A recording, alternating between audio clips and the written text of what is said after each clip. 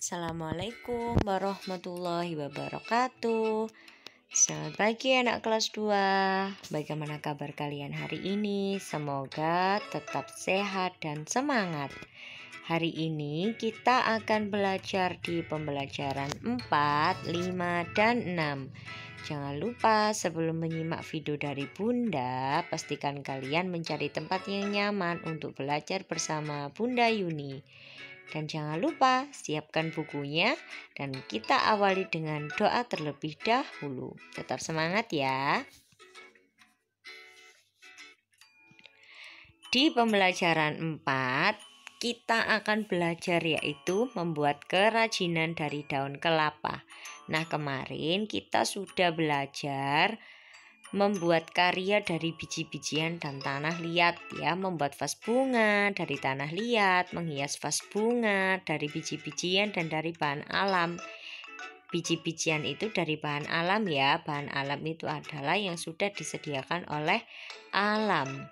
Nah, di sini ada juga tumbuhan lain yang bisa dijadikan karya kerajinan. Apa? Daun kelapa. Kita bisa membuatnya menjadi anyaman.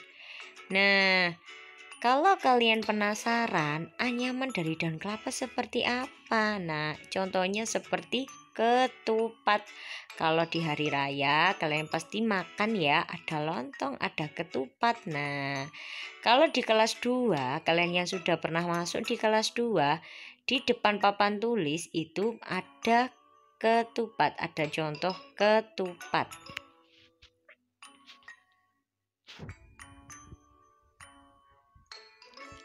Setelah itu pengukuran panjang dengan alat ukur baku. Ingat ya, alat ukur baku dan tidak baku ya. Meteran pita, penggaris, jangka sorong itu adalah alat ukur baku. Nah, di sini coba kalian perhatikan ada pengukuran panjang dahan dengan menggunakan meteran dan penggaris. Jika kita mengukur panjang dahan menggunakan penggaris, maka panjangnya adalah 120 cm, yaitu 4 dikali 30 cm. Jika kita menggunakan meteran, tetap sama hasilnya, yaitu 120 cm. Tapi kita bisa menulis kalimat matematikanya. Jadi 120 cm sama dengan 1 meter lebih 20 cm. Loh, kok bisa Bunda? Ingat ya, setiap 1 meter yaitu 100 cm dan 100 cm sama dengan 1 meter. Nah, kan sisa 20, jadi ditulis lebih 20 cm. Misalkan jika panjangnya itu 150 cm, berarti berapa kalimat matematikanya? 1 meter lebih 50 cm. Setelah itu, kalian juga akan membaca puisi. Nah, ketika kalian membaca puisi, kalian harus memahami makna dari setiap kata di dalam puisi itu. Dan juga harus memperhatikan artikulasi, intonasi, dan ekspresinya. Jadi tidak asal membaca saja.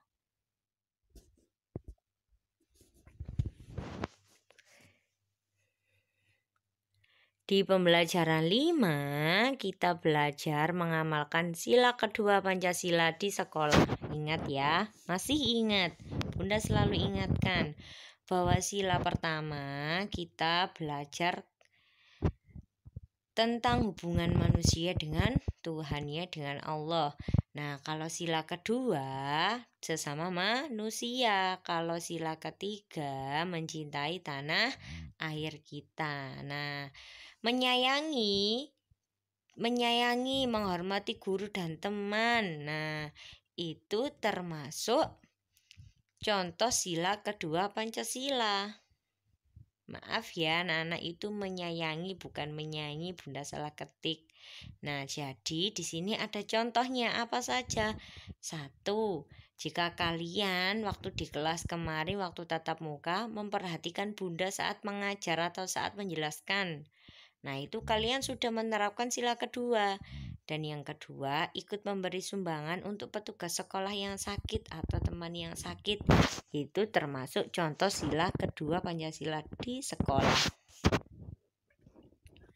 Nah, ketika kalian membaca puisi tadi, ada orang lain yang menilainya. Nah, tujuannya apa? Menilai kalian agar kalian bisa lebih baik lagi dalam membaca puisi. Pasti nanti kalian diberi tanggapan tentang artikulasinya seperti apa, ekspresinya, ekspresinya nggak ada, intonasinya tuh terlalu cepat. Nah, seperti itu. Dan dikasih saran sebaiknya seperti ini ya. Nanti kalau membaca puisi, kalau membaca puisi dengan tema ini harusnya sedih. Nah, seperti itu. Saran itu fungsinya untuk membantu kita sendiri ya, membantu kita atau membantu teman kita agar lebih baik dalam membaca puisi.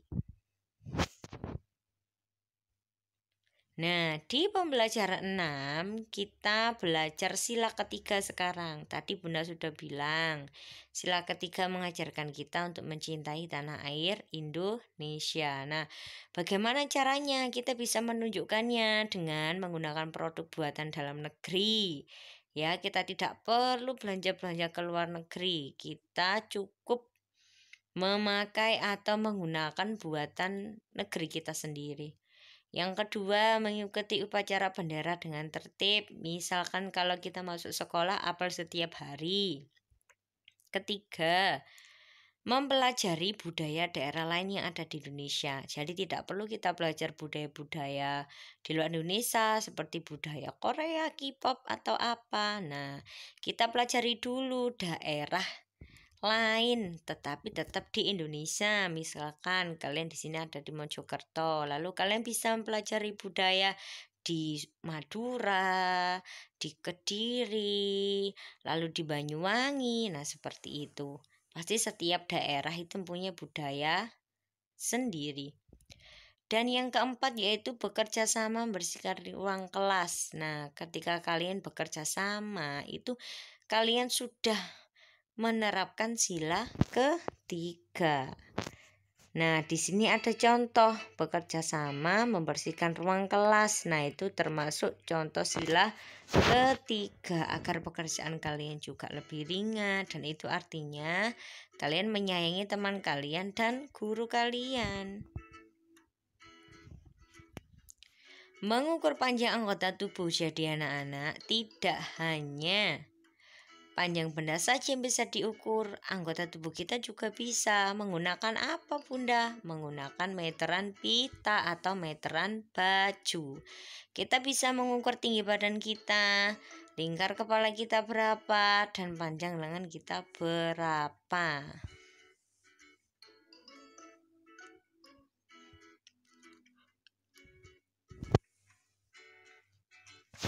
Setelah kalian menyimak materi dari Bunda ingin tahu ini seberapa paham kalian dengan puisi.